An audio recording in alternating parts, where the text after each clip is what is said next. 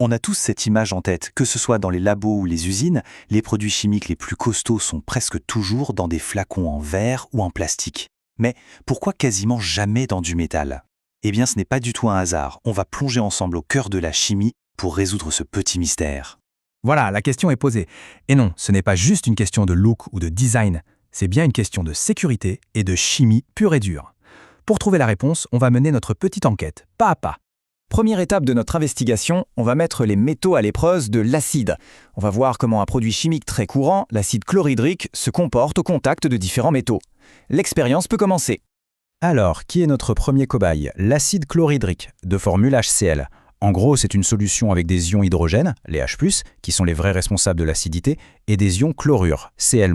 C'est un produit simple, mais très réactif. Le protocole est super simple. On prend 4 métaux qu'on connaît bien, du cuivre, du fer, de l'aluminium et du zinc. On met chaque métal dans un tube à essai, on verse notre acide dessus et on observe ce qui se passe. Prêt? C'est parti. Et là, la réaction ne se fait pas attendre. C'est quasi instantané. Dans les tubes avec le fer, l'aluminium et le zinc, ça se met à bouillonner. On voit plein de bulles de gaz, ce qui ne trompe pas, une réaction chimique est en cours. Et ce gaz, c'est pas de l'air. Pour savoir ce que c'est, les chimistes ont un petit test classique. Ils approchent une flamme. Si on entend une petite détonation, un pop très caractéristique, alors c'est la signature du dihydrogène, un gaz super inflammable. Donc nos métaux sont carrément en train de produire de l'hydrogène. Mais regardons maintenant le 4e tube, celui avec le cuivre. Là, c'est le calme plat. Absolument rien. Pas la moindre petite bulle. Le cuivre, lui, ne bronche pas face à l'acide chlorhydrique. C'est un indice super important pour notre enquête. Bon, faisons le point. Le fer, le zinc et l'aluminium réagissent de manière évidente. Le métal se fait littéralement manger par l'acide. Il se transforme en ion et libère de l'hydrogène.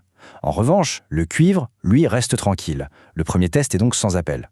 Allez, on passe à la deuxième phase. Après l'acide, on va tester son opposé chimique, une base. On va voir si nos métaux se comportent différemment face à une solution d'hydroxyde de sodium. C'est ce qu'on appelle plus communément de la soude.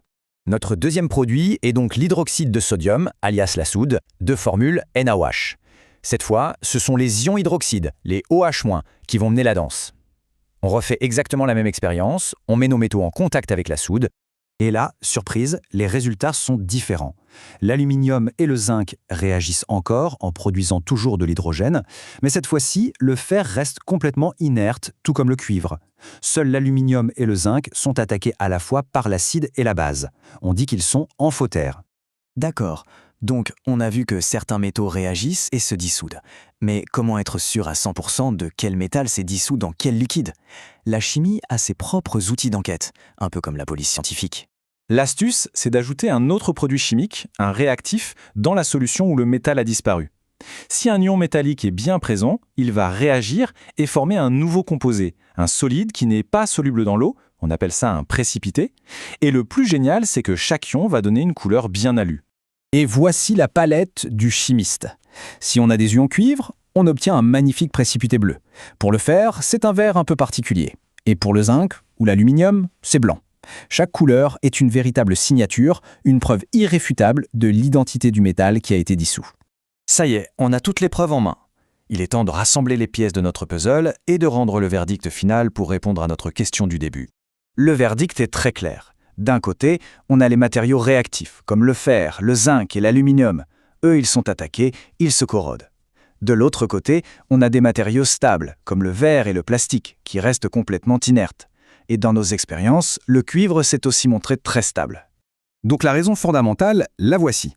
On n'utilise pas de bouteilles en fer, en alu ou en zinc pour stocker des produits chimiques puissants, car le récipient lui-même serait attaqué et détruit.